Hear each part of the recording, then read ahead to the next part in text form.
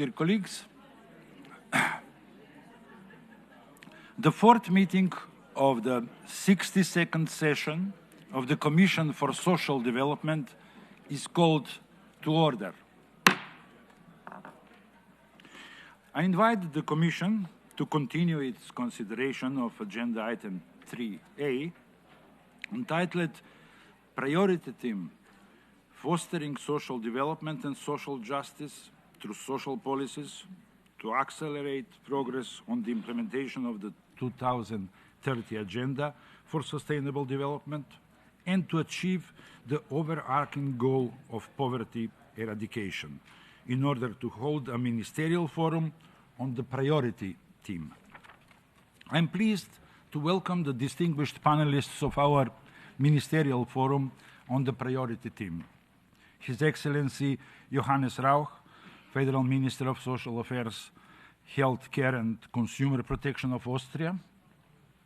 His Excellency Wellington Dias, Minister of Development and Social Assistance of Brazil, who is joining us via pre-recorded video. Her Excellency Ana Mendes Godinho, Minister of Labour, Solidarity and Social Security of Portugal. Her Excellency Betty Amongi, Minister of Gender, Labour and Social Development of Uganda. And His Excellency Alejandro Solano Ortiz, Vice Minister of Multilateral Affairs of Costa Rica. I look forward to a productive and interesting exchange of views. Before giving floor to our distinguished panelists, I wish to remind panelists to please keep within their allocated time limit of 12 minutes, and delegations to please keep within the 3-minute time limit during the interactive discussion. I thank participants in advance for their cooperation.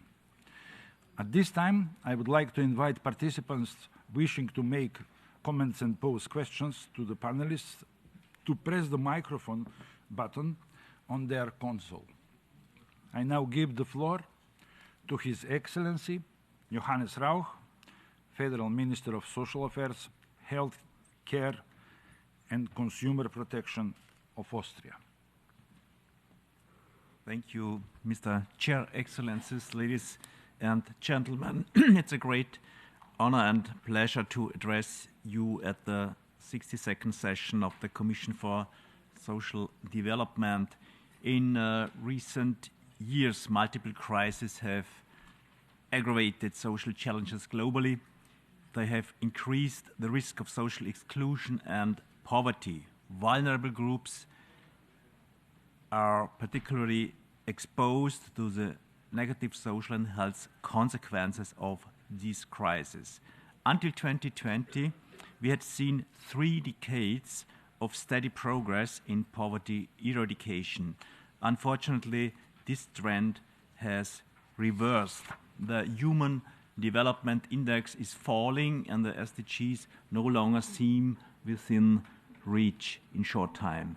Many countries are now even more indebted and economically weakened. Those multiple crises have pushed people into poverty. This also applies to Austria, a stable and wealthy country located in the heart of Europe. The SDG index, which tracks the performance of all UN member states in reaching the 17 goals, ranks Austria as number 5.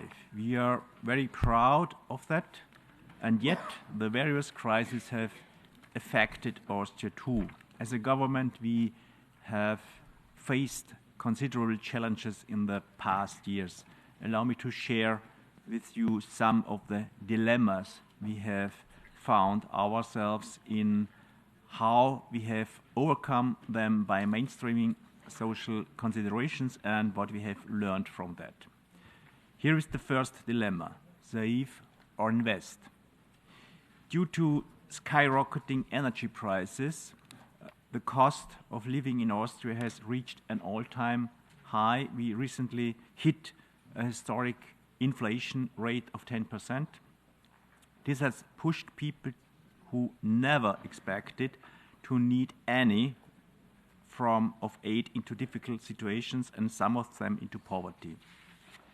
As a government, we had to react with 3 large packages worth 40 billion euros in total.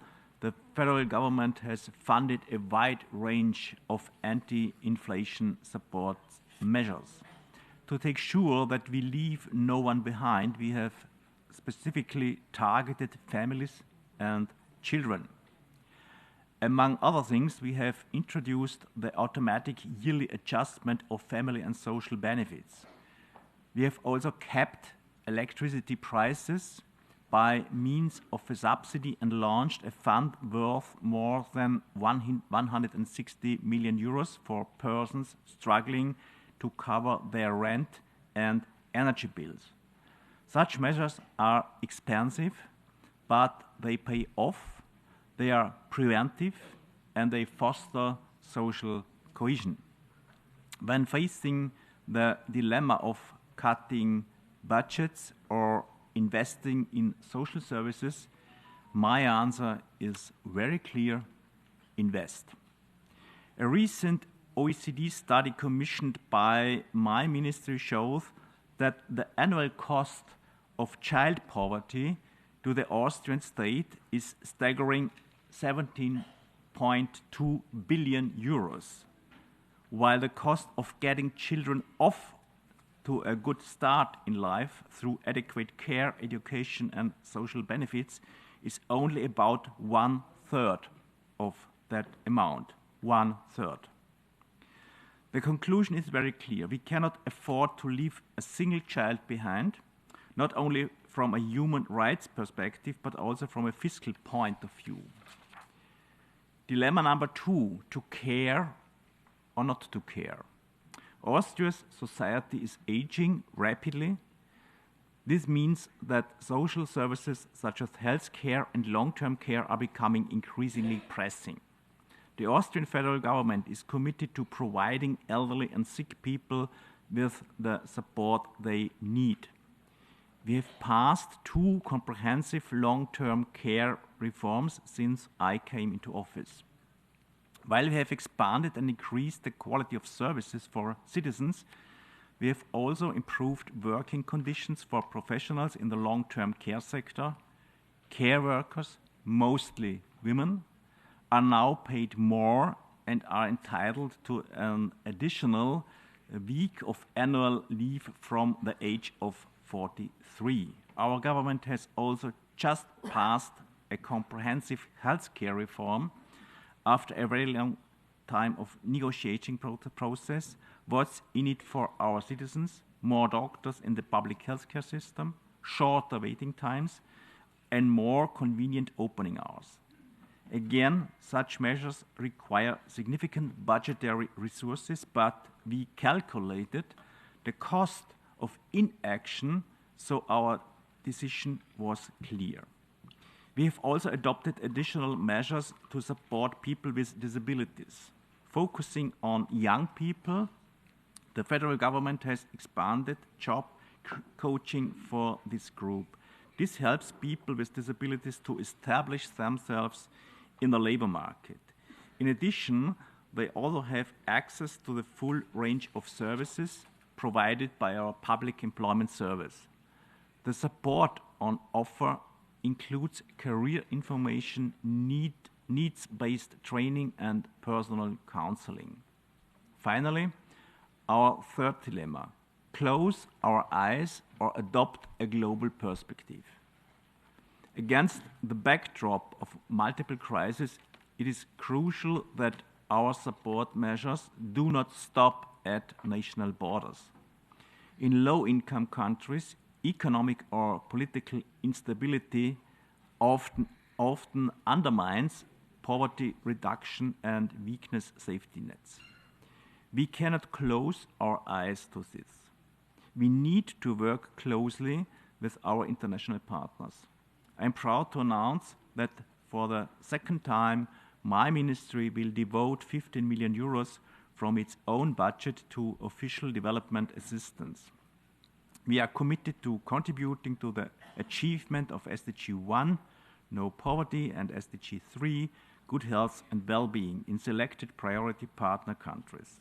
The programs we support mainstream gender equality and target vulnerable groups such as children, people with disabilities, and minorities. We are convinced that this is crucial for social progress.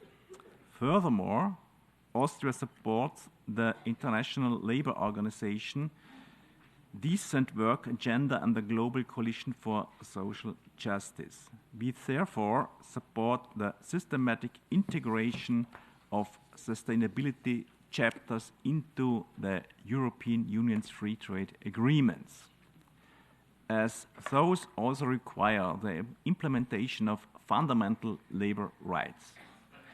Ladies and gentlemen, thank you for your attention. I am most interested in learning from your perspective approaches to mainstreaming social considerations in your development frameworks. Thank you very much.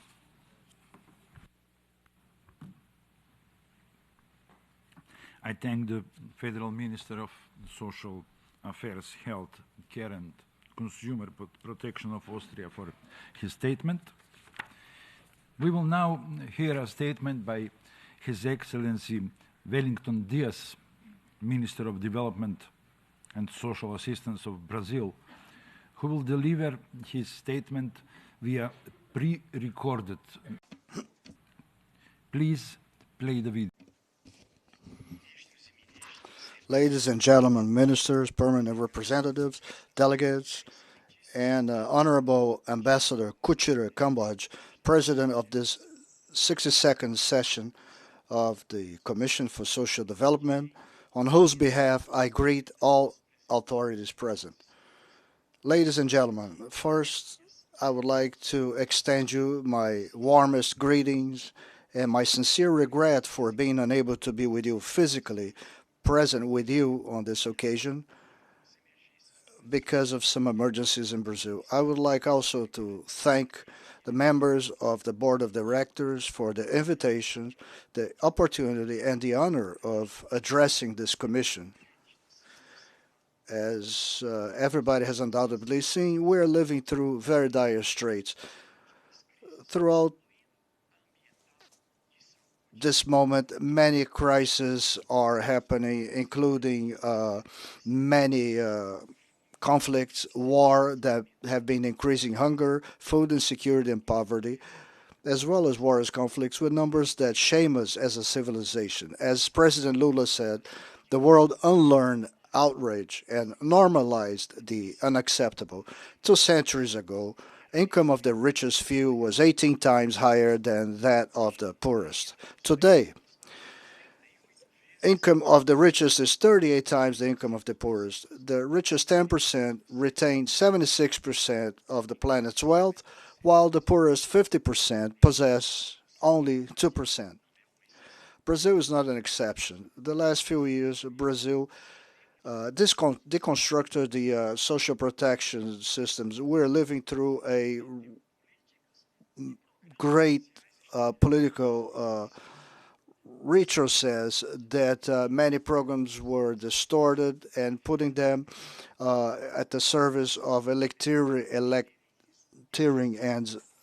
Brazilian democracy was at risk. This project did not prevail, and Brazilian democracy triumphed, but democracy did not escape unscathed, and the poorest were the ones who suffered more. When he became president in January of last year, President Luiz Inácio Lula da Silva, by the will of the people coming back to the government, he had to assume again a pledge to end hunger in Brazil and reduce poverty in the country, something we had already done back in 2014. And it's not by chance that our government, our administration's motto is unity and reconstruction. I'm telling you this story about Brazil to stress the importance of the effective implementation of public policies against hunger and poverty. When we had a good range of interconnected programs with society's participation and control, we were able to conquer hunger and reduce poverty by to less or half of what it was back in 2003. When those programs were distorted, eliminated, or deteriorated, hunger made a comeback and poverty grew. I would like to ask the board of directors and the secretariat of the commission. I would like to congratulate you for the selection of this session's theme. So timely for the moment we're living, so in line with what needs to be done. The general theme of this session, I'd like to remind you, is promoting social development and justice through social policies to accelerate progress in the implementation of the 2030 Agenda for Sustainable Development and meet the general goal of poverty eradication. This is exactly what we must prioritize. What do we still need to do to eradicate hunger and poverty? We already have our universal objectives, sustainable development goals 1 and 2. We also have the know-how, the social technology, as more than 7 decades of policies and programs for poverty reduction, reconstruction, and food and nutritional security in many countries taught us what works more efficiently and effectively. Why are we then being left behind? The answer is, again, in inequality. The belief that economic growth alone would reduce disparity proved itself false. As President Lula affirmed, inequality is not a part of nature.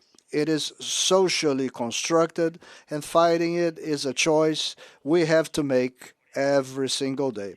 However, we all know that the problem is that inequality is reflected inequality of means in the international ambit. Many countries have the will, but they don't have the technical capacity or resources to implement and scale. Others learn a lot about implementation and are willing to share their expertise, but they also lack the means to do it in scale. All of us dealing with issues of developmental aid are very familiar with further problems and hurdles.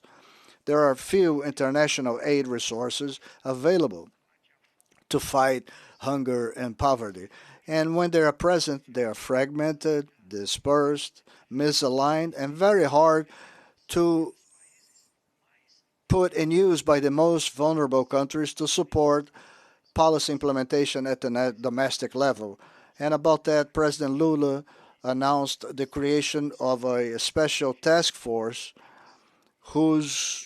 in the G20, whose mission shall be the creation of a new global alliance against hunger and poverty. If we reach that goal, the global alliance will be the main, but not the only, contribution that the Brazilian presidency of the G20 aims to make in the fight against hunger, poverty, and inequality, which was elected as its #1 priority. I can say that the good war is the one that is against hunger and poverty. That's why it was selected as our #1 priority. But you might be wondering, how would this global alliance look like? The first thing that I'd like to assure you is that the alliance shall be truly open to every country, every organization that wishes to join. Once discussed and formatted based on the G20 process, the alliance we envision shall belong to all who decide to join. Its mission shall be clear: to increase the adoption of good domestic programs in large scale to end hunger and poverty in order to meet DGS's 1 and 2 goals. We do not wish to create a new international forum to debate what needs to be done and exchange experiences collectively, because we already have several legitimate multilateral fora for that, such as this Social Development Commission here in New York and the Food Security Committee in Rome. Instead of a forum, the alliance will be a practical mechanism to raise financial resources and knowledge wherever they are more abundant and channel them to wherever they're most scarce, supporting the implementation and expansion of the scope of actions, policies, and programs at the domestic level. This will not be possible without UN support. For Brazil, the G20 process needs to strengthen the UN, needs to bolster multilateralism, not to weaken it. This is how we are steering our work and our goals throughout all work fronts. We want to avoid effort duplication and position the Global Alliance Against Hunger and Poverty as a mechanism that will provide the necessary political momentum to mobilize funds and mechanisms already in existence to organize them around a focus on the poorest and most vulnerable and the consistent implementation of the domestic policies. You can't fight poverty as a lasting thing without very specific help, even if it's basic in times of crisis. We need solid construction with sustainable financing sources, social base, mobilization, and stabilization through laws. The Global Alliance thinks we should and can and should unite our efforts so that more and more people that are underprivileged today can count on the protection and the strength of this social umbrella in their countries. The recent declaration by 50 entrepreneurs and the richest in the world to help fight inequality is something unheard of, and that's why we're working in the proposal on the alliance as a contribution to the efforts of all of us, a contribution to our domestic plans, to our regional efforts. A few weeks ago, I was at the approval of the new hunger eradication plan of the Community of Latin American and Caribbean States. It's also with the African Union, our efforts here in the United Nations, for instance, UN offices in each of our countries. I had already had the chance to discuss with the Amina Mohamed, the Vice Secretary. It could be a gateway for the countries of the Global Alliance and the UN, and their different agencies should be a key part of this coordination of actions. We would like to invite all of you that already in November during the G20 summit, the alliance will already be born with the partnerships and alliances that will make it really global. The summit in October and the GA will be excellent opportunities. I want to come back to New York during the high-level political forum in July to bring you more details as to how our proposal could contribute for sustainable development goals, especially against hunger and poverty. After all, as the UN reiterated in the political declaration of the ODS summit last year, we emphasize that eradication of poverty in all its forms and dimensions, including extreme poverty, is the biggest global challenge and one of the sine qua non requisites for sustainable development. Our proposal is simple and action-focused: an alliance to implement public policies, social policies focused on the poorest and most vulnerable, policies that ensure their human right to dignity, their human right to adequate, nutritious, and healthy nourishment. The world has many, many problems, but some of them cannot wait. The countries congregated here have the expertise, the means. Many have hands-on and recent experience on this. Let's work together. Thank you very much. I thank the Minister of Development and Social Assistance of Brazil for his statement, and I now give the floor to Her Excellency Ana Mendes Godinho, Minister of Labor, Solidarity and Social Security of Portugal. Dear Chair, good morning, bom dia in Portuguese. Ladies and gentlemen, Well, first, I begin by thanking the opportunity to participate in the 62nd Commission for Social Development with you all. As the UN Secretary-General stated, we face unprecedented and interlocking crises. This is the crucial time to guarantee that cooperation through multilateral institutions find concrete solutions to collective challenges we are all facing. We do need urgent, ambitious, consistent, and sustainable action to accelerate progress towards the sustainable development goals that we all defend. We need an integrated approach, as you all have said. We must address the concrete and real problems and causes that affect millions of people with hunger, inequality, exclusion. We need to bridge disparate domains and areas of expertise working together.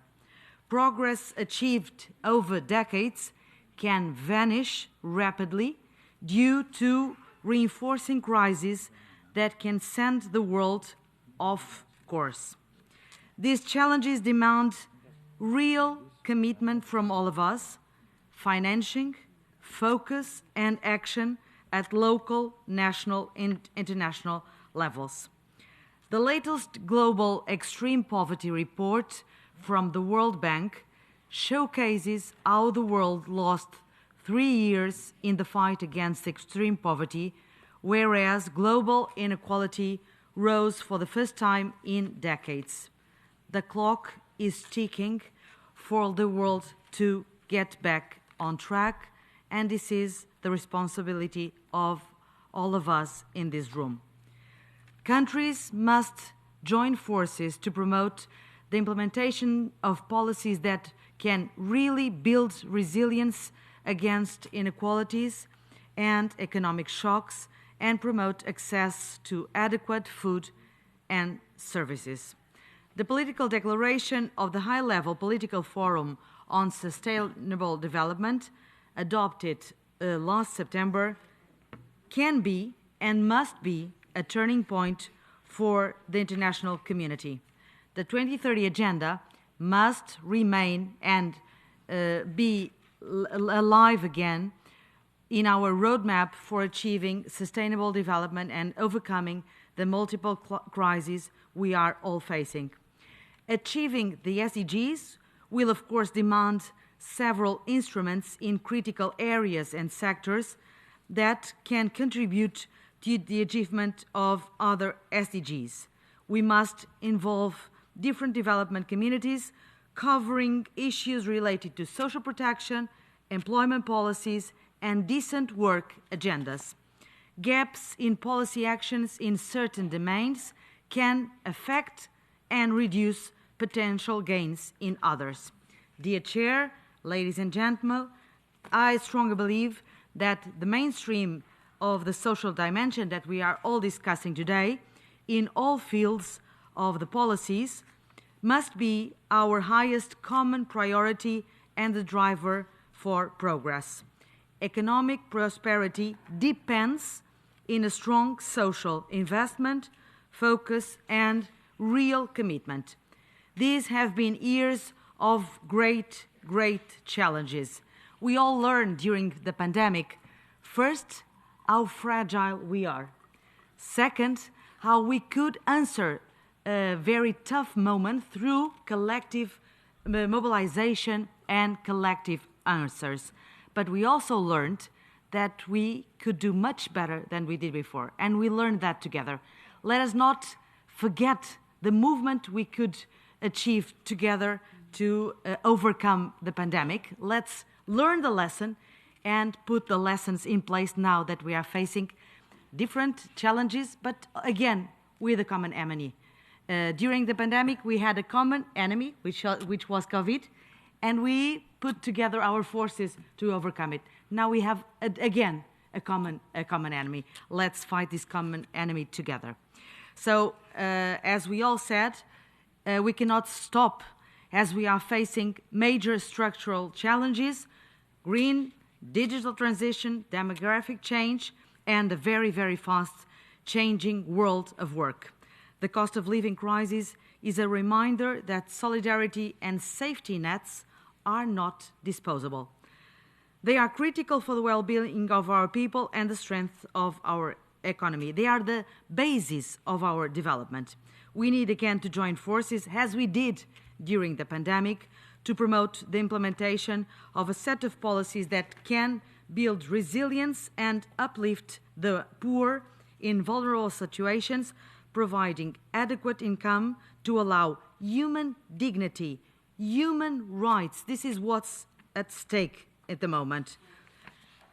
Our strategy must stand, and this is what we are trying to do in Portugal, on 5 critical areas. First, we must invest in children. We cannot accept that 20% of our children are at risk of extreme poverty. This is jeopardizing our future collective development.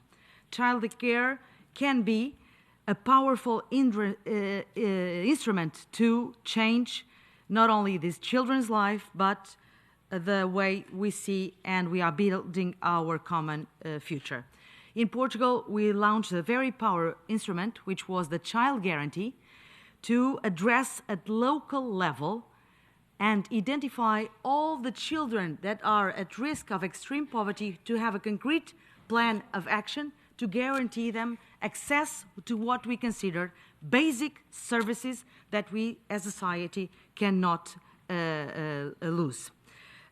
We now are providing free child care to all children in Europe, guaranteeing that we are giving equal opportunities to a child, no matter where he was born, no matter if their parents are rich or poor. This is responsible of society, and society has to pay for it.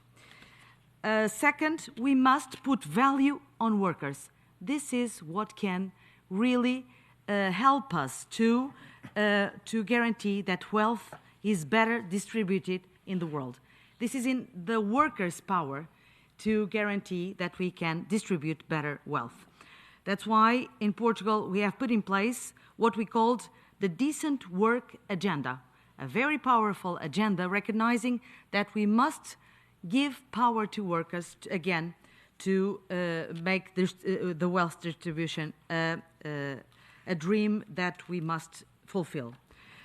We are also fostering social dialogue, and we signed a medium-term agreement with social partners, with workers, with companies, with the government for the next years till 2026, where we all signed as a major compromise to increase wages in the next years by 20%, again, to guarantee that this is the basis of our social development, and of course, that is a crucial area to guarantee social cohesion.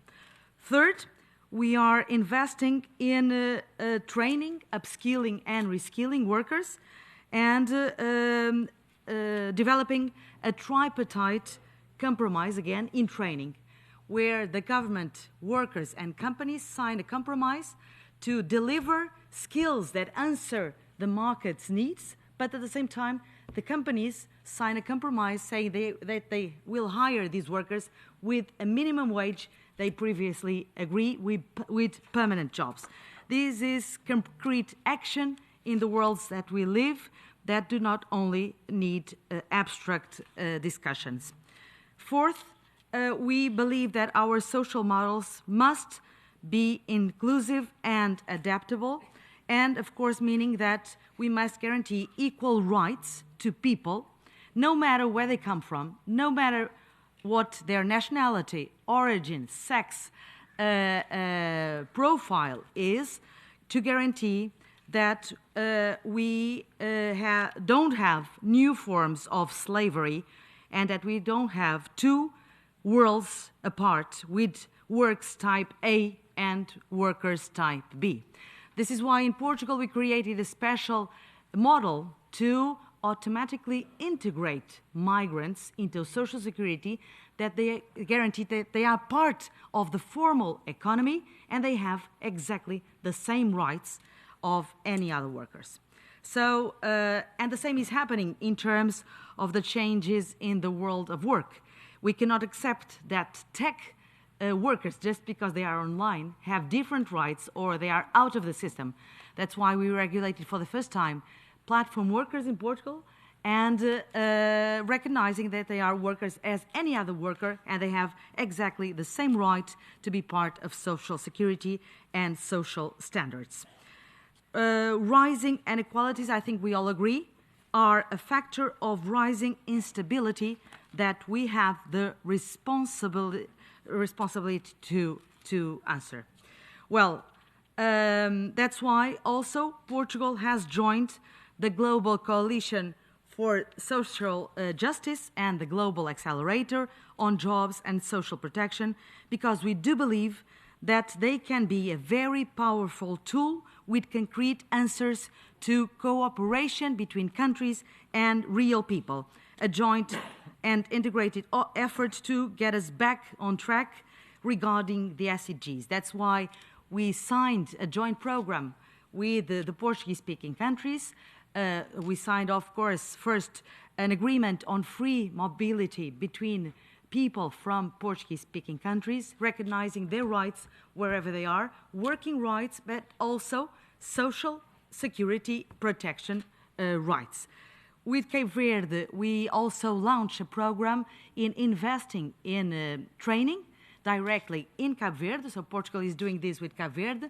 We are very proud of being part of this, and we presented this program to the UN as an accelerator to showcase that this can be a game changer in the way North and South are collaborating.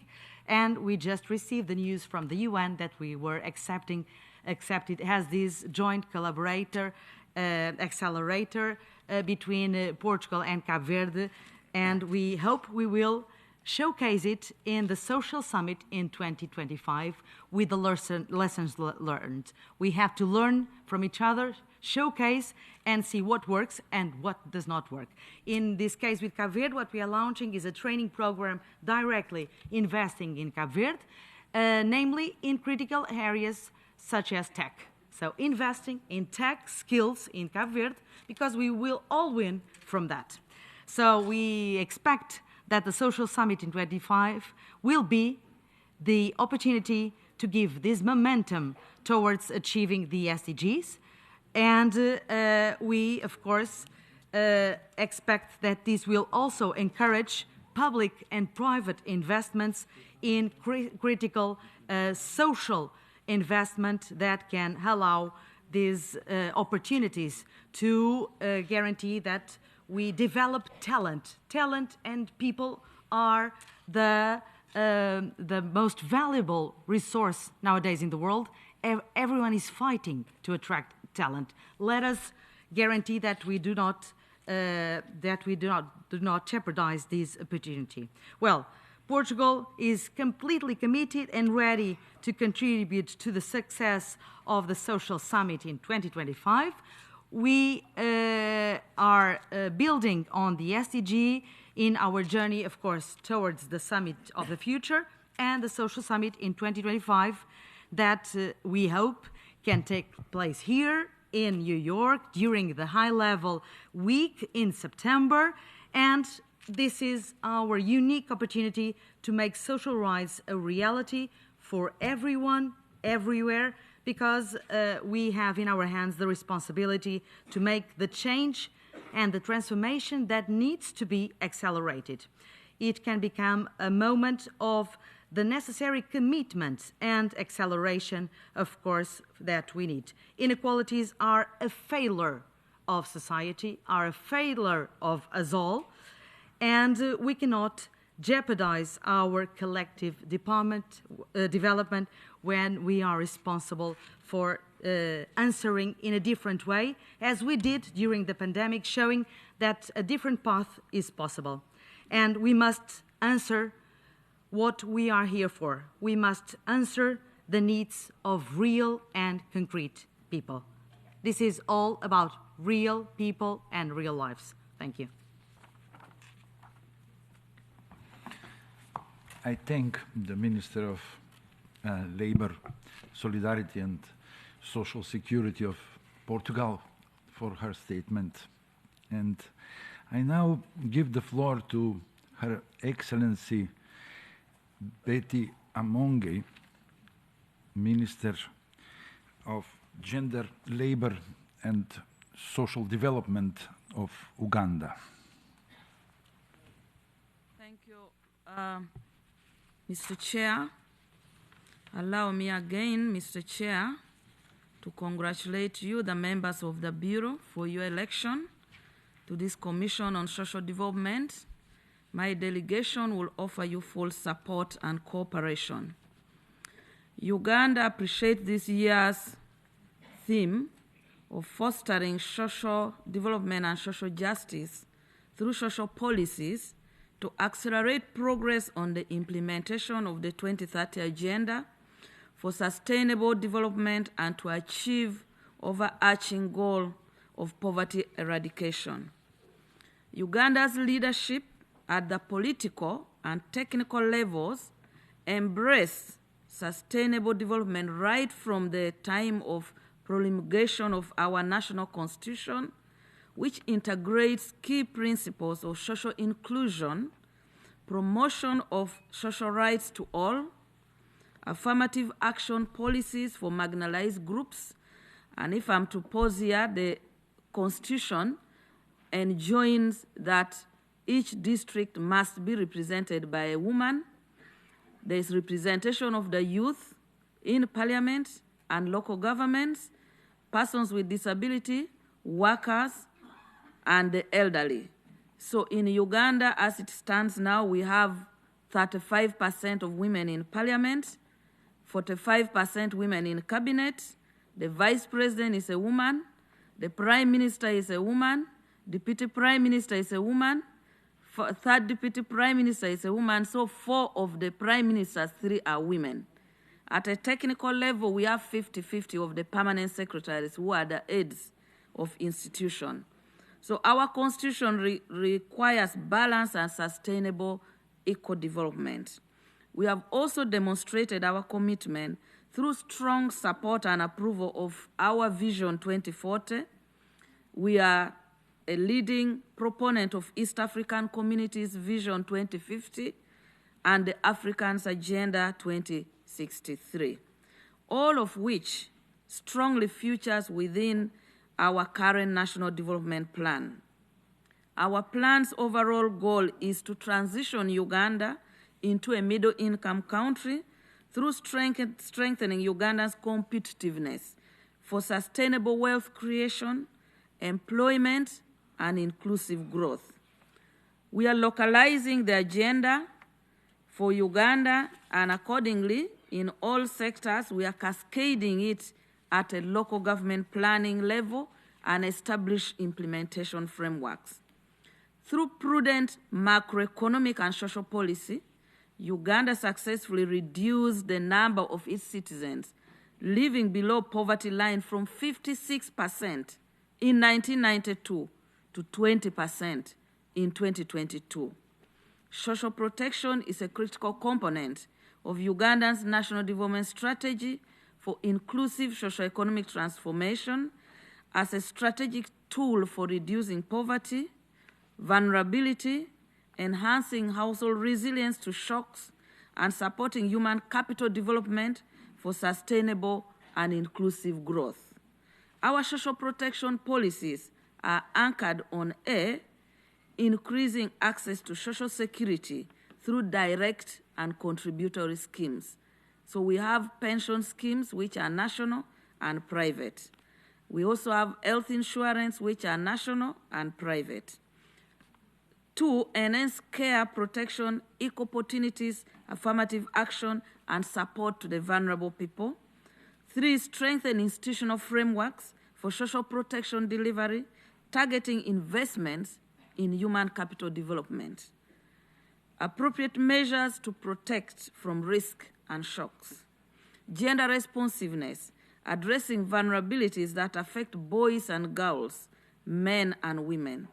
And equity, inclusivity, human rights-based approach, among others. Uganda has further sustained active commitment to development cooperation at regional and international levels. This is manifested through our leadership role in shaping this 2030 Agenda for Sustainable Development and adoption of the Addis Ababa Agenda in July 2015. This provided the framework for financing of this agenda under Uganda's presidency at the time of the 69th session of the United Nations General Assembly, and providing global leadership in cascading implementation in many countries, and now as the chair of the non-aligned movement and G77 plus China, Uganda will continue to play both bilateral and multilateral role in ensuring that this agenda is implemented. During our National Development Plan, Uganda mainstreamed the SDGs into the national planning frameworks, and in recognition of the importance of review and follow-up mechanism, we strengthened the implementation, communication strategy, and sustainable development goals, prioritizing national and local level consultations and localization of the 2030 agenda, because we believe that the agenda cannot be implemented in the boardrooms. So there must be localization and consultation. We have managed national information, education, and communication campaigns. We have held high-level policy dialogue engagements, institutional capacity development, and revitalized engagement with the private sector. And to add that Uganda is only among the few countries that have accepted to be reviewed in the pilot under this Agenda 2030. Nearly a decade, 3 decades on, from the first United Nations Conference on Sustainable Development in 1992, Uganda remains steady in its commitment to sustainable development. Results from our national population and housing census reaffirm that this commitment is yielding results. For example, between 1991 and 2014, life expectancy rose from 48.1 years to now 64.3 years. Infant and under 5 mortality rates dropped from 122 and 203 deaths per 1,000 live births to the current 39.171 deaths per 1,000 live births. Orphanhood levels dropped from 11.6 to 6.0%. Literacy levels rose from 54.0 to 79% now. Income poverty declined from 56% to 20.3%. Access to electricity, a factor that impacts heavily on the environment in Uganda, increased from 5.6 to 20.4%. And the proportion of the national budget that is funded from domestic resources now stands at 53%. Our lion's shares of the national budget is usually allocated to social programs, some of which includes free, universal primary and secondary education. We give free education. If you want to opt out of the free education, that will be your choice. The basic health improvement programs, water and sanitation, rural roads, because we believe that rural roads are important for people to move their goods into the market, rural agricultural modernization, because we believe that most of our citizens depend on agriculture. We have social assistance grant for older persons, where we pay about $30 per month to all the older persons 80 years and above, and those 65 years to 79 years are given a grant to start enterprises.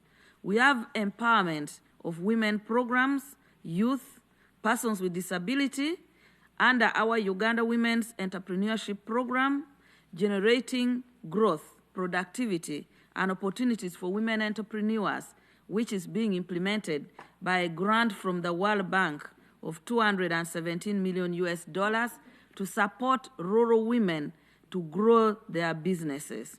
The Climate Resilient Livelihood opportunities for women economic empowerment.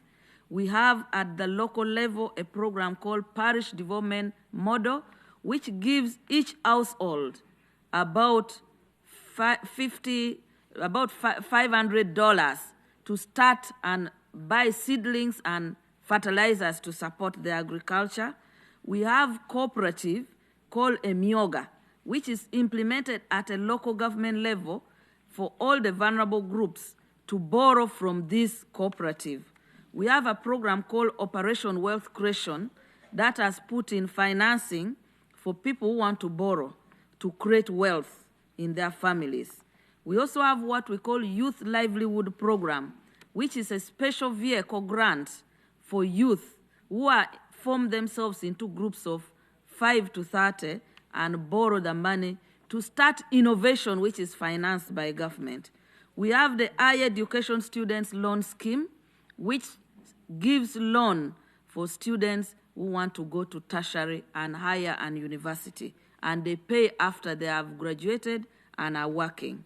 We have the Legal Aid Program, which supports the vulnerable to access justice. We have special grants for older persons, and we also target the refugee. As you are aware, Uganda is the global refugee host countries. We have several programs to support the refugees and the host communities with financing and skilling. And we have a broad skilling vocational program for the youth and all the vulnerable groups. These programs have been implemented since the 1990s to reduce poverty, which in 1992 averaged 56.4%. Other anti-poverty policies implemented over the years include administrative and political decentralization to take social services nearer to the people and deliver them more efficiently and effectively. So we do not centralize resources. Our budget is based on districts, which has approximately maybe between 300 to 700 households. So money is voted in those districts to support them to implement their development program. We also have used liberalization of the economy, gender, economic and social empowerment programs, microcredit schemes targeting the poor, social security for the aged, and all the other programs to ensure that the 2030 agenda is implemented. Our approach to social intervention towards the poor and inclusive development has been institutionalized within our development frameworks, such as the National Development Plan, to implement social programs geared towards improving the welfare of citizens. These have been delivered through centralized allocation of resources and local government to key sectors that benefit the vulnerable and the poor, and using microeconomic instruments of taxation and incentives to stimulate investments in pro-poor sectors. Uganda has harnessed multilateral programs from multilateral agencies like the World Bank, IMF, African Development Bank, Exim Bank, and UN agency to enhance the welfare of the poor. Such agencies provide a lot in areas of bilateral and multilateral interventions, which has extended substantial grants and loans to assist us to enhance our economy and subsequently improve the well-being of our citizens. We continue to work closely with civil society organizations who use a social program that involves social mobilization, organization, conscientization, after which training and resources are given to engage in life-improving activities. National capacity has been built to enhance national formulation and implementation of development policies, plans, and programs.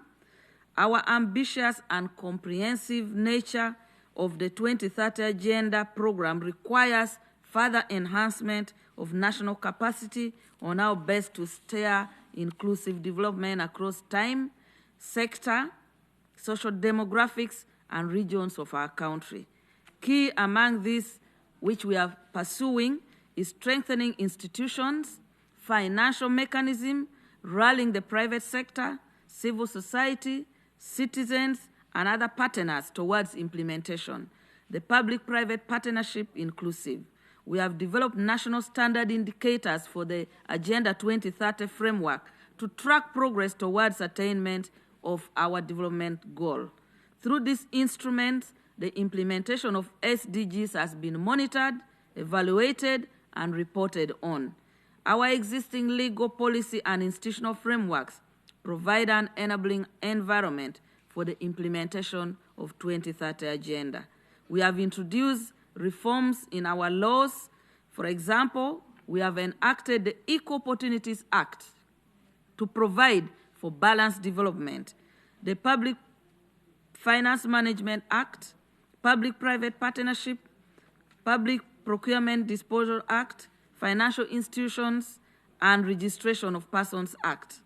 To strengthen implementation, we have improved institutional functionality and taken a number of other reforms to coordinate the SDG implementation and establish an institutional coordination mechanism on SDG in the Office of the Prime Minister with a full cabinet minister seated in the Office of the Prime Minister to ensure implementation, coordination, and mainstreaming of the SDG and Agenda 2030 implementation. We have also dictated that a certificate of compliance is issued to all ministries that they are abiding with the implementation of SDG, and also a certificate to prove that your budget is gender sensitive and gender equity. We are therefore, in conclusion, the government of Uganda reaffirms its commitment to the implementation of the 2030 Agenda for Sustainable Development, ensuring that no one is left behind, and we recognize that the remaining challenges that require concerted efforts and partnership to facilitate attainment of the desired development goals and targets. Uganda intends to leverage its regional, continental, and multilateral leadership to partner with the international community in delivering this global development agenda. I thank you. Thank you, Madam Minister. I thank the Minister of Gender, Labour and Social Development of Uganda for her statement. And I now give the floor to His Excellency Alexandro Solano Ortiz, Vice Minister of Multilateral Affairs of Costa Rica. You have the floor. Thank you, Madam Chair. Good morning. Buenos días a todos. Good morning, everyone. I would like to thank you for this invitation on behalf of the Government of Costa Rica. I'd also like to take this opportunity to express support for Chile, given the recent fires that have impacted this country over the past few days and have led to considerable loss of life. Life in today's world involves many challenges to which no country is immune. For Costa Rica, multilateralism is the only way we can provide coherent and mutually beneficial responses to the ever-growing and challenging demands. But above all, multilateralism enables our societies to provide well-crafted and sound answers and solutions, prioritizing those most in need. Costa Rica believes in the innovation of state action, where ensuring human rights is the driver for sustainable development, and human security is the ultimate goal for the involvement of various stakeholders in society.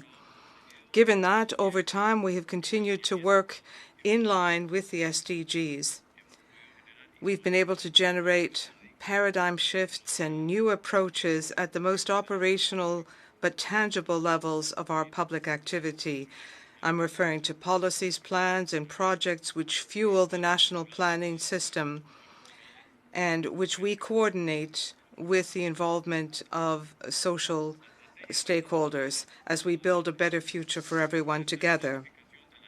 Our strategy on national SDG goals is a planning instrument for Agenda 2030, and it seeks to define our own national goals in line with Costa Rica's reality and priorities.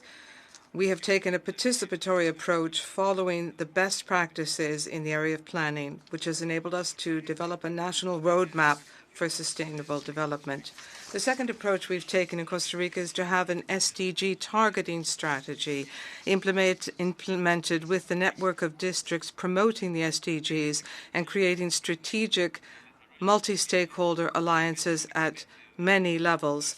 These strategies are built with the understanding that sustainable development depends not just on a single stakeholder such as the government, but rather the participation of many stakeholders who move the needle of sustainable development. It is an effort to involve the various social actors in drafting this strategy for national SDG goals, and it provides much needed social validity and legitimacy and ensures effective implementation. The second lesson has to do with the use of data and digital technology to address gaps and inequalities by improving efficiency in the use of public resources, eliminating overlapping in the work of institutions, and providing consistency in our development policies. A decade ago, Costa Rica created the first national comprehensive information system for the management of social policies. This national information system provides guidance on earmarking public resources based on our current data, which provides nationwide information on all individuals requiring services, care, economic subsidies, in particular those in situations of poverty or vulnerability. We have a unique methodology to ensure consistency in our public policies, while at the same time we've simplified and reduced excessive bureaucracy. We've categorized the level of poverty and the social impact on our target population requiring care, and we have thus allocated those resources. That system also includes measuring the multidimensional poverty index, bearing in mind 4 dimensions: housing, health, education, and social protection. Today, this system covers the majority of our national policy thanks to institutional ownership and our public civil servants. This tool, for example, has enabled us to adapt social programs to support families hard hit by the pandemic. In this way, many local governments use the information from this national system to select individuals to benefit from programs implemented at the local level, even when those institutions were not present in providing services in person. Our third example is addressing gender inequalities, as well as addressing issues faced by our aging population, promoting caregiving and support. Our starting point was to acknowledge that society has a shared responsibility, and we aim to make these services more visible, and we took the problem from the private sphere and the family sphere to the social sphere, and this helped to ensure that the actions and the responsibilities of the state and the market, families and communities would progressively be shared.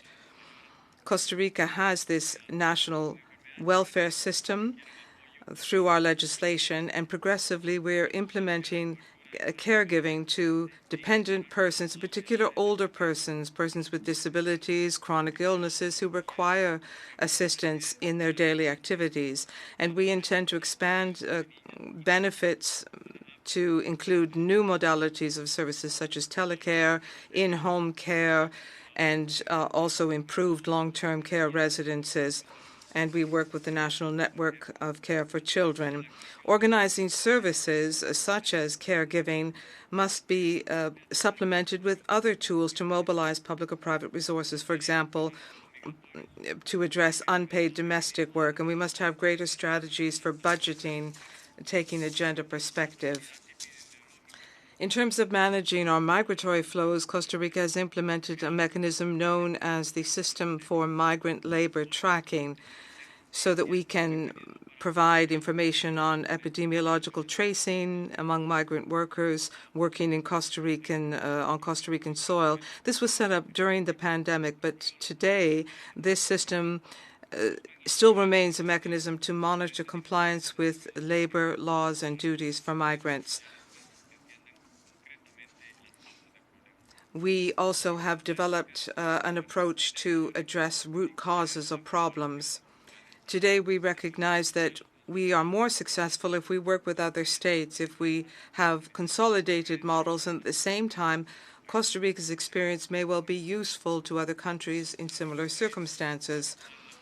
We believe that we need to mobilize multilateral efforts in order to foster inclusion and participation of people in the economy of the future. We need to improve and expand job opportunities, ensure social protection, develop a care economy so that we can include women and youth in the labor market. States have the responsibility to encourage public-private partnerships to meet the SDGs. These partnerships can combine with governmental incentives and draw from the private sector and guarantee financing and scalability for projects. International cooperation can support all of these efforts, freeing up financial flows for social investment. Within the Commission for Social Development, we recognize that the ground we've covered since the Copenhagen Declaration and Programme of Action 30 years ago has been instrumental in improving actions rather to combat poverty, to ensure economic growth, full employment and social inclusion.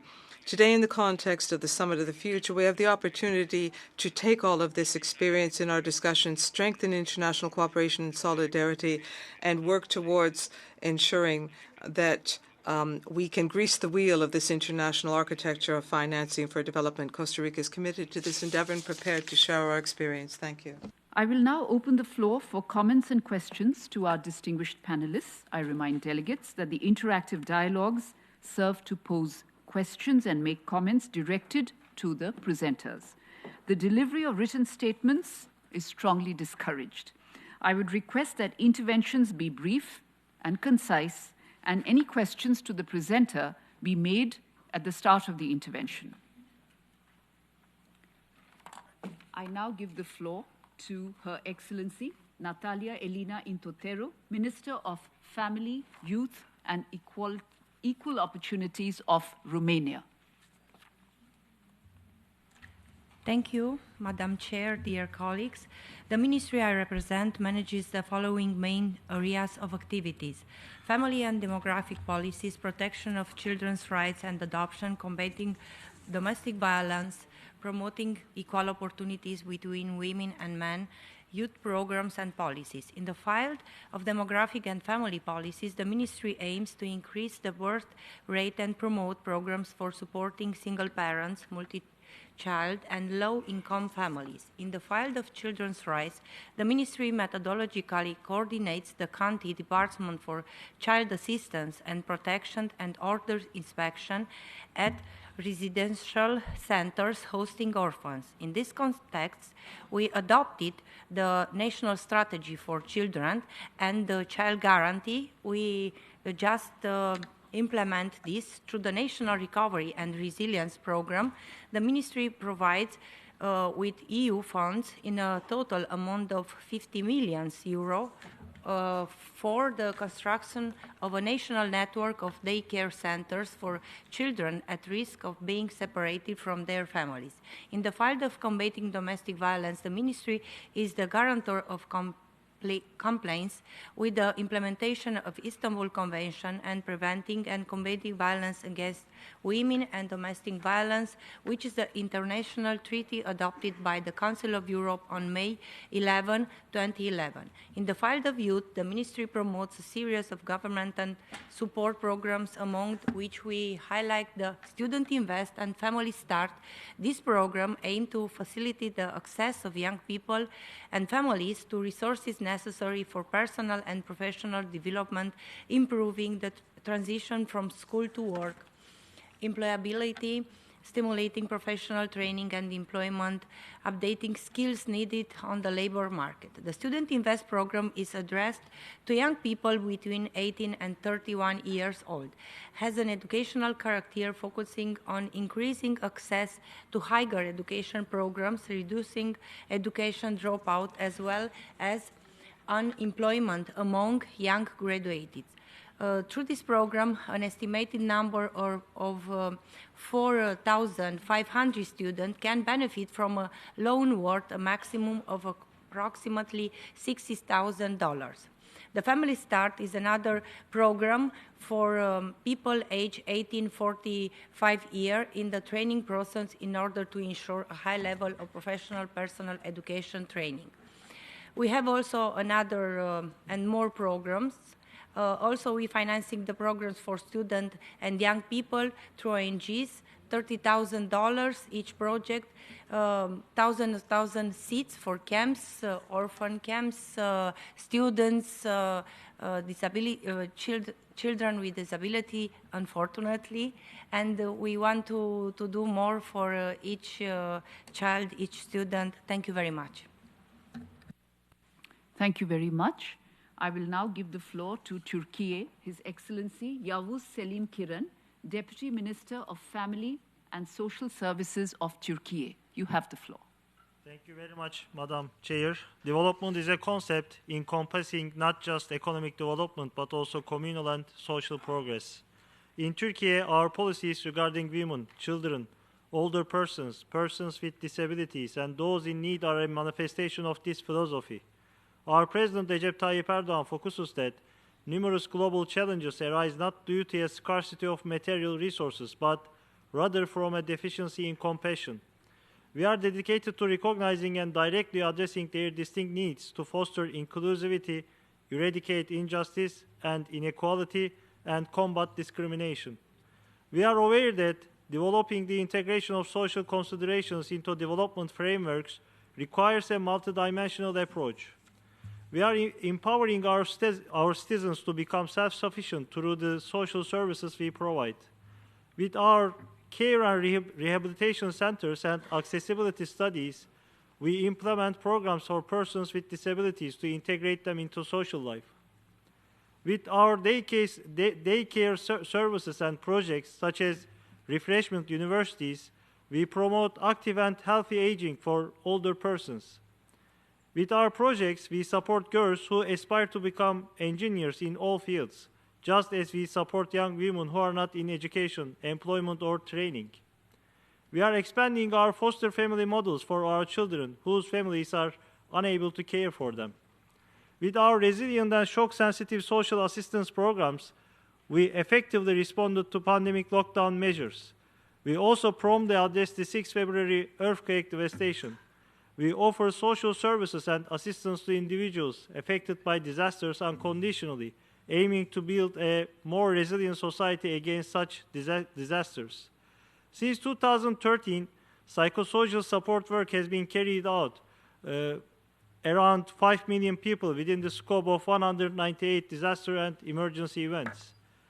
While discussing development frameworks here in various dimensions, we believe it is crucial not to forget the people in conflict zones such as Gaza, Palestine, and other countries who are deprived of basic human rights and experiencing humanitarian tragedies. Thank you very much. Thank you very much, Minister. I will now give the floor to Cyprus, Her Excellency Marilina Evangelou, Deputy Minister of Social Welfare of Cyprus. You have the floor. Thank you, Madam Chair. I would like to express my appreciation to all panelists for their invaluable contribution to the discussion on how to improve mainstreaming of social consideration in development framework. It is undeniable that we are lacking behind our needed progress to the full implementation of the 2030 Agenda and the Sustainable Development Goals. As we have listened from our panelists today, urgent action and comprehensive reforms are needed to accelerate implementation of the 2030 Agenda. Just, inclusive, and effective social policies should be at the heart not only of our commitments, but also of our actions. Cyprus stands firmly behind the 2030 Agenda and the SDGs and is fully committed to leave no one behind. Allow me to add our discussion that from our own experience in Cyprus, the guaranteed minimum income, the minimum wage, the general healthcare system, and the long-term care services are examples of comprehensive, inclusive, and quality social services promoting social justice. Especially in relation to the guaranteed minimum income, the Deputy Ministry of Social Welfare of Cyprus has recently launched reforms so as to make the guaranteed minimum income more efficient, just, and prompt. The most important reform is the strengthening of the social intervention program of the GMI, so as to increase the probability of employment of beneficiaries through education and skill-building programs. Madam Chair, our honorable panelists today have kindly informed us on recent activities, lessons learned, and policy recommendations on the social development agenda to enhance the impact of policymaking and accelerate the implementation of the 2030 Agenda. We welcome this exchange of good practices, since our world requires more solidarity and cooperation to meet the commitments of the Sustainable Development Goals, including, in particular, poverty eradication. Our panelists focused upon the issue of the role of addressing child poverty in eradicating poverty globally. Allow me to kindly pose the question to our panelists. How can we break intergenerational cycle of poverty and produce long-term systemic effects? Thank you. Thank you very much, Minister. I will now give the floor to His Excellency Johannes Rausch, Federal Minister of Social Affairs, Healthcare and Consumer Protection of Austria. Thank you, Madam Chair. Thank you for the question. I guess it is essential for children to have a strong start.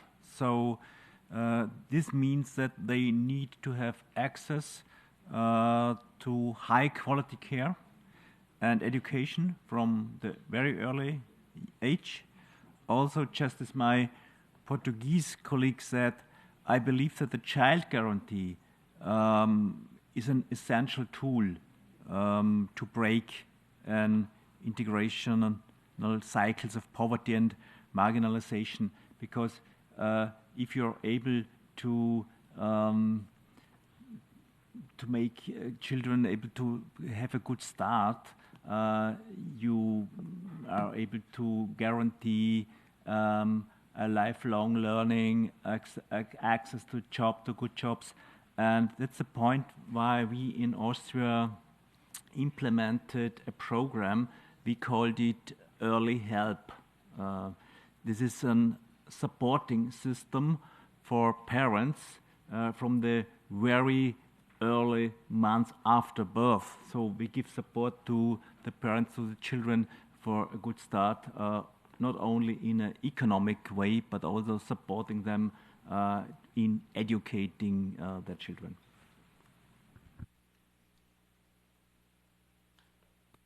Thank you very much, Minister. We deeply appreciate your presence, and we do understand that you have time constraints. So we thank you once again for your participation. And I will proceed now to give the floor to other delegates. First, Chile, and then Kenya. Chile, you have the floor. Muchas gracias. Thank you very much, Madam Chairman. I'm making this statement on behalf of our U.S. Chief for Social Services, who unfortunately could not participate given the emergency situation in our country resulting from the wildfires. We welcome promoting economic equality and eradicating poverty, both domestically and internationally. So we welcome the theme of this year, and we believe that having a comprehensive healthcare system with a gender approach is particularly important, so that basic services can be provided to people, particularly in emergency situations. Given that reality, our main task is to eradicate poverty and promote social inclusion. We have substantive and relative efforts that we've taken to reduce extreme poverty as well as multidimensional poverty in our country. We recognize the importance of social protection services, in particular in reducing poverty. We would like to highlight the fact that in many cases, women are caregivers, and they are outside of the labor market, even though they could be in the labor market. We've had a lower participation of women in the formal labor sector, and they've worked for shorter periods of time.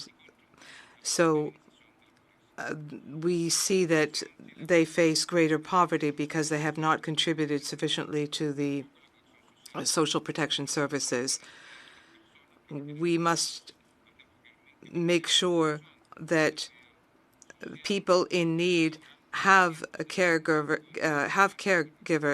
and make sure that no one remains on the margins of our society.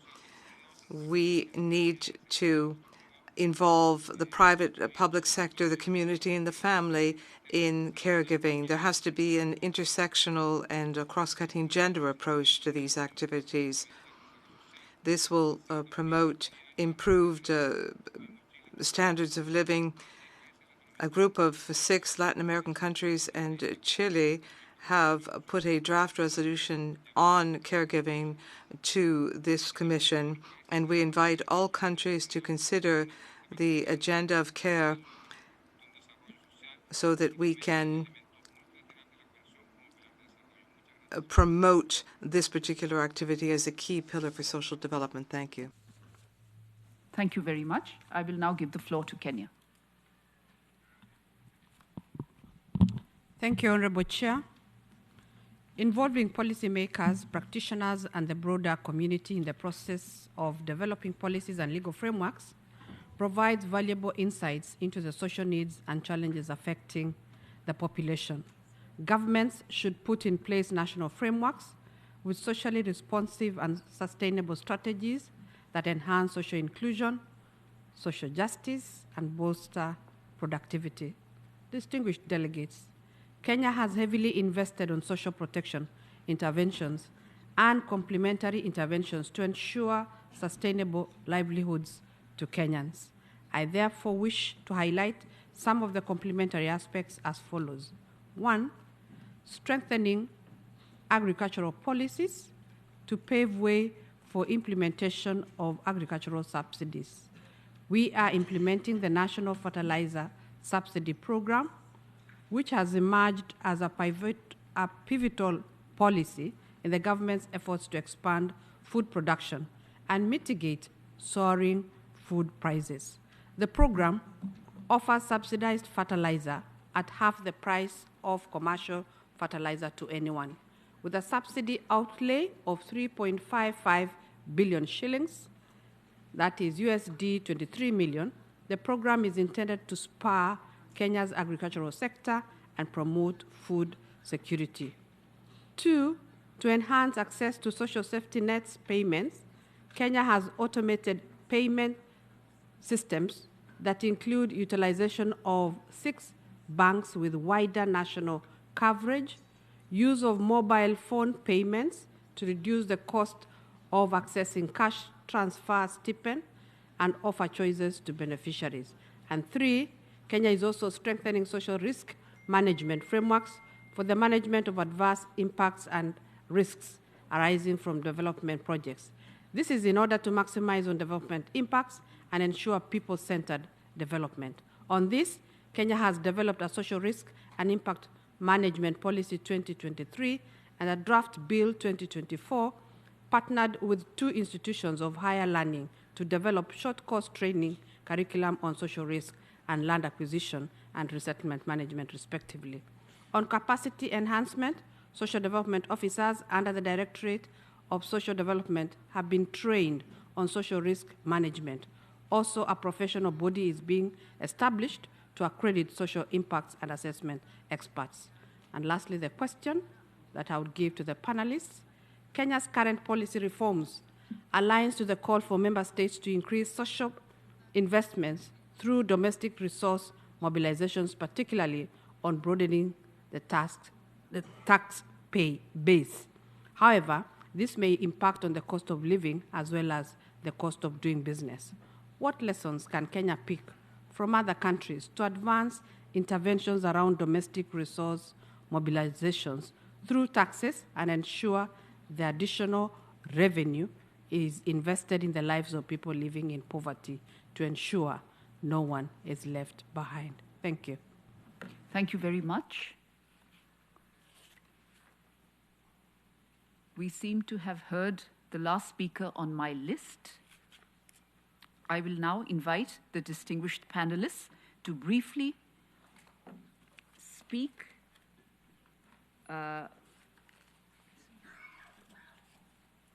now invite the distinguished panelists to briefly respond to the questions and comments from the floor and to deliver closing remarks. I will give the floor first to Her Excellency Ana Mendes Godinho, Minister of Labour, Solidarity and Social Security of Portugal. You have the floor. Dear Chair, dear colleagues, well, first of all, thanks for the comments and some of the suggestions and questions you made.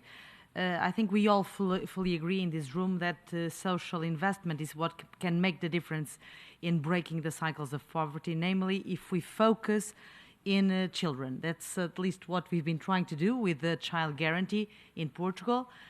Just to share with you a concrete implementation that we are doing.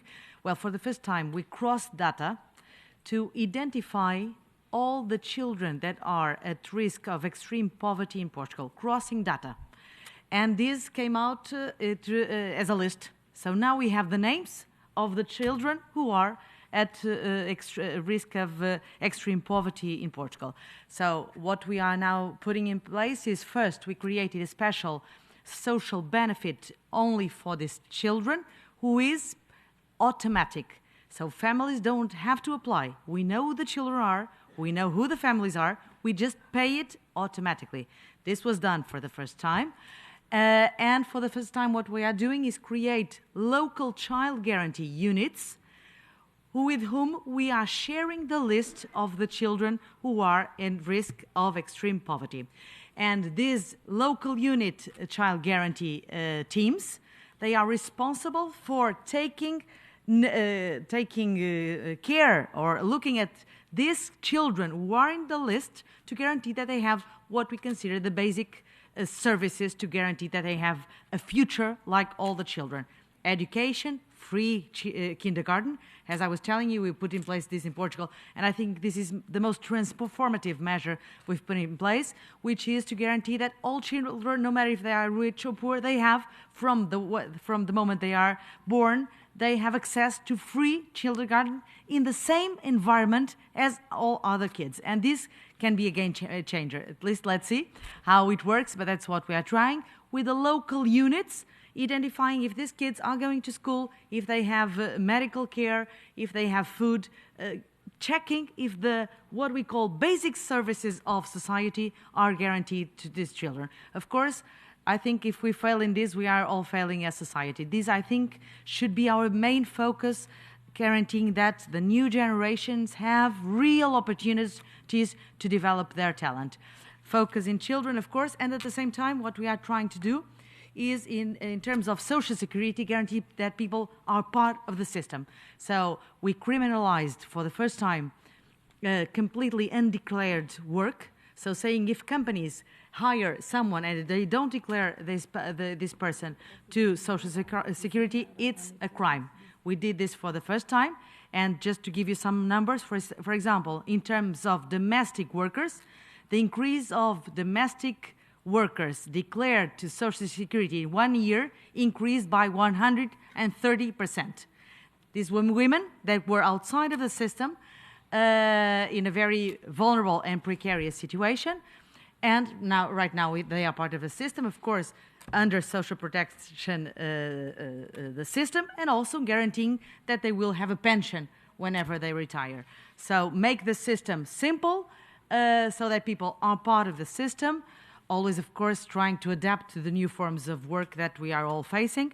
But again, making the system simple so that people enter the formal economy. Thank you very much, Minister. I will give the floor to Her Excellency Betty Omongi, Minister of Gender, Labour and Social Development of Uganda. You have the floor. Thank you, Madam Chair. Madam Chair, maybe if I'm to start with the question from Kenya, the domestic, in our experience, in most circumstances in developing countries, taxes are mismanaged through corruption. So the first intervention should be how to make the revenue collection institution reform in a way that you avoid leakages from the taxes that are collected. In the case of Uganda, those reforms over the last 7 years, as just without increasing even other taxes by making it more efficient, computerizing the system, where importation, any goods being imported, has to have the stamp from country of origin.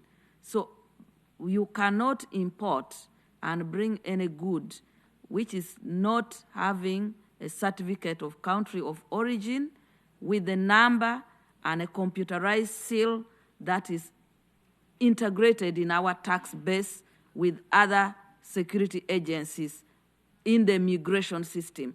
So this synchronization enabled us to increase the tax base by over 30%, just to close the gap out of the corrupt tendency. The other issue is usually politically to look at more indirect tax than direct tax. We are now looking at the online services, how do we tax, but also expand the value-added tax, because value-added tax always affects the people who are in luxury brand, people who are going into restaurant, people who are into buying things and all that. So they will not feel the tax in most circumstances. So probably for me, that would be more, and make it, if you're to increase taxes, you make it more progressive and target the population which can afford the tax, the investment, but also increase the volume of the investment in the economy. Because if you don't have those who are raising money in the economy, then you don't have where to tax from. But to conclude, Honorable Chair, from the discussion, we note that the pandemic, the COVID-19 pandemic, made many countries to regress in our goal for achieving the SDG and Agenda 30. We notice that social policies in most of the countries that have made intervention require multi-sectoral approach to be mainstreamed in the development agenda, in the development plan, to focus on employment opportunities, generating employment, increasing the base of the economy so that we are able to have the social security protection which the vulnerable so required. We should put the proper inclusive policies, programs that targets youth, the women, persons with disability, and other vulnerable people. We also note that many countries have made progress from your submission in the implementation of SDG, and we have learned good practices amongst ourselves, but most importantly, the importance of localization has been stressed, that you cannot talk about the global without the local. So my concluded remark is, while we talk about this international development framework, we must ensure that we localize it, and I'm glad that most of you shared concrete policies, financing mechanism, institutional framework of developing and ensuring that we implement the SDG, and I hope to continue getting these best practices so that we are able to achieve the Agenda 2030. Thank you. Thank you very much, Minister. I'll give the floor now to His Excellency Alejandro Solano Ortiz, Vice Minister of Multilateral Affairs of Costa Rica. You have the floor. Thank you, Chair. I'm going to refer to the two comments made by Cyprus and Kenya. In the case of Cyprus, what vision do we have in terms of breaking the cycle of poverty? Without a doubt, that's a key question when drafting social development strategies in states, in particular in middle-income countries. And just rapidly, I'd like to share 2 or 3 ideas which we think are fundamental. One is invest in education. Like the Minister of Portugal said, for us, the issue of education is essential. Like the OECD countries, we've attempted to invest in some very targeted approaches involving education. 8% of our GDP should be earmarked for education, and yet we know that quite often, because of budgetary issues, we never reach that percentage. However, actions are aimed at, number one, at addressing education, not just access to education, but quality education, and two, breaking the cycle and minimizing the digital divide so that we can include ICT in quality education, and that will enable the new generation of children to develop technology skills, and then in the future they will be able to take advantage of job opportunities. And we have to have family support networks, because one of the serious problems is the issue of child labor, and that's because of a lack of opportunities in the educational system. And in our case, in the North, we have we want to eradicate child labor by 2030 and have an educational support system which will help us break the cycle of poverty in the country. And here I'd like to refer to one factor that we've also addressed, and that is the issue of migrant children. That we have a fairly large migrant population, taking advantage of some 1.6 million migrant children in our educational systems. They come from neighboring countries, and we've set up policies specifically to ensure rapid inclusion of these minors in our educational system so that they're not left out of our social service protection. And then the next, turning to the question raised by Kenya on the impact of positive macroeconomic policies, that's also an issue that our country today is addressing, and we're looking for solutions. We've had to make a number of adjustments in our own budget, and the decision that the authorities have taken is to look at the data system and focus on extreme poverty, and the goal is to eradicate extreme poverty by 2030. So given the limited resources and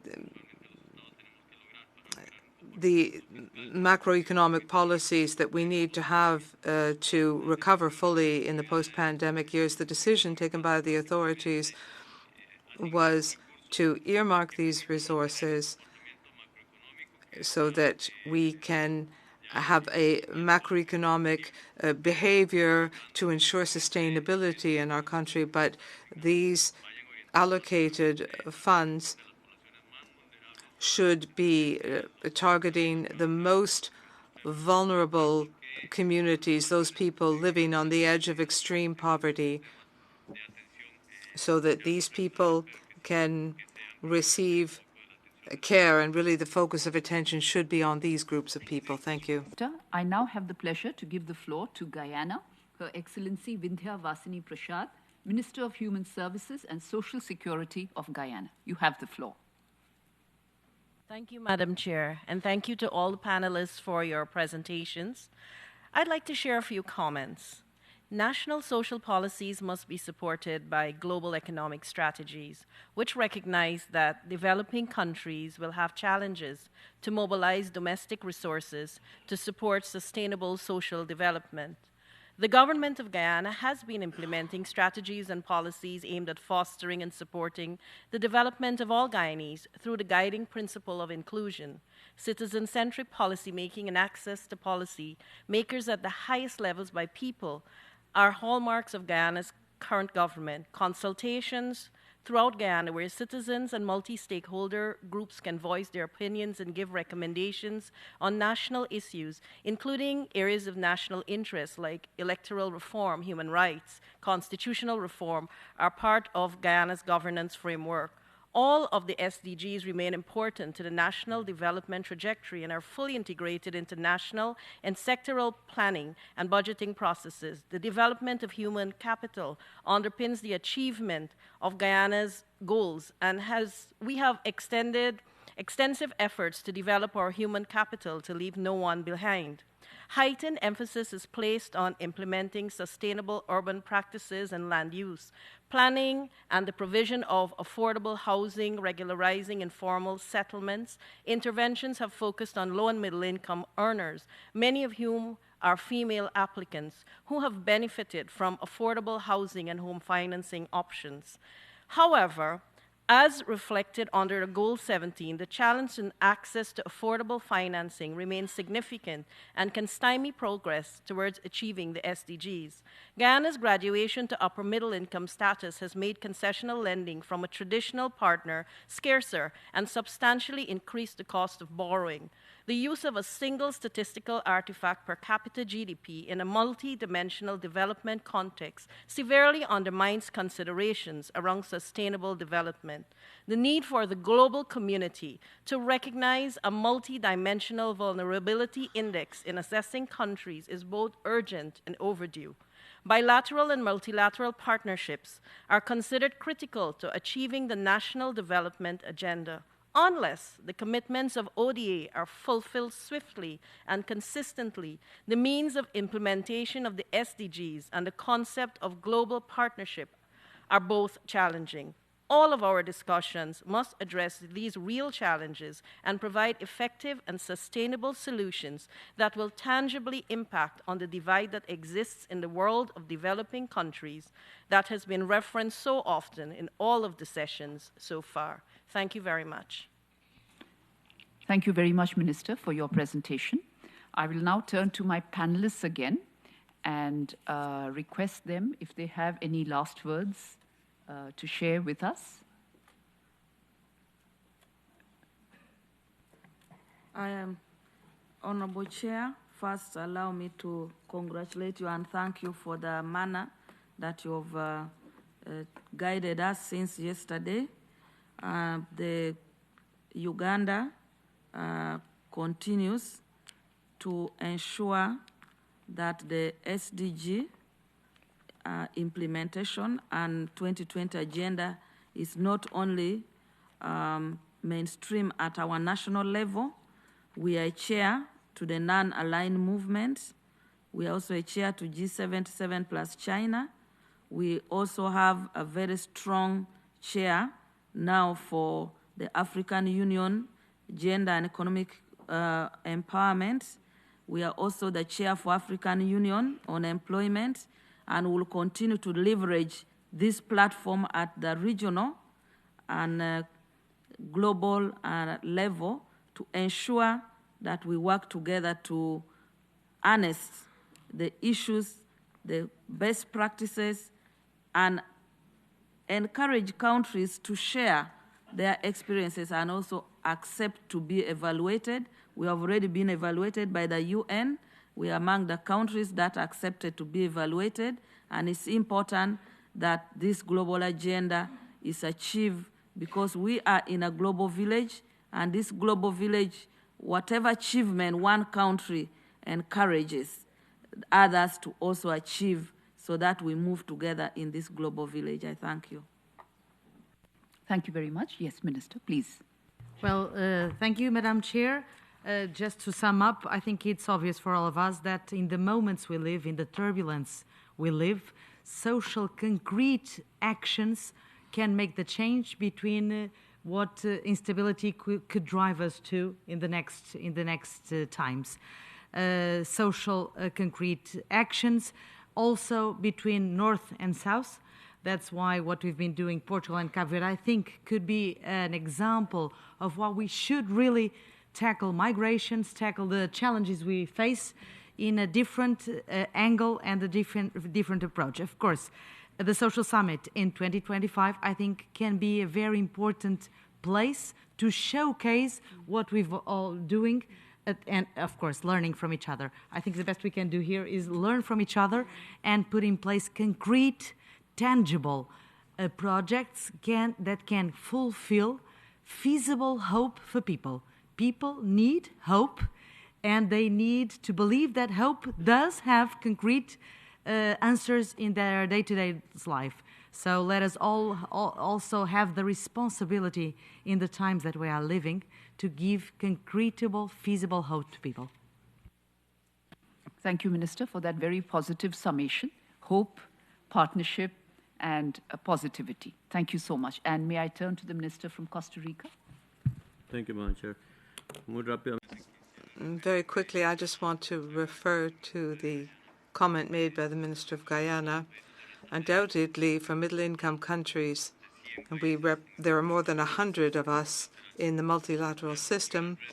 We know that the major challenge is international cooperation at various levels, and one of the themes that my country has been discussing for a number of years now is the GDP.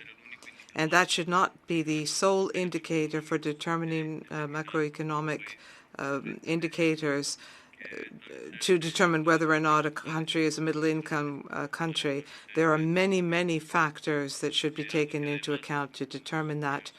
If you look at the different countries, there are a number of structural gaps, sometimes also between the city and the field. There are many stakeholders who are working in the cities and others who are working in the rural regions. So we've been working in a number of areas with international financial institutions, with the OECD as well, and here with the UN system, specifically to establish new criteria to define conditions for international cooperation. And finally, I just wanted to conclude by saying again that spaces like this enable us to have an exchange of good practices. We should continue to hold them as we work towards the Summit of the Future and the Social Congress meeting next year. We should bring to the table not just concrete proposals, but our own experiences with the multilateral system, the models that we have and have developed over the past few years. We have really effective, tangible projects, and they've given hope to our people. So outside of these spaces where we've exchanged information, we've been able to give an effective response to issues that have had really troubled us for years. Thank you. And we do agree with you that this is the space to bring experiences to the table. Thank you for that. Well, we're doing very well on time. We're ahead of time, actually. And we have already reached the end of a very interesting high-level ministerial forum on the priority theme. And I thank the distinguished panelists and delegations for their participation and their contributions. So before I adjourn, I would like to remind you that this afternoon at 3 p.m., the Commission will resume its general discussion on agenda items 3A and 3B. I also take this opportunity to remind delegations that the deadline for inscription in the list of speakers for the general discussion on e-delegate is this afternoon at 6 p.m. The meeting is adjourned. Thank you so much, Minister.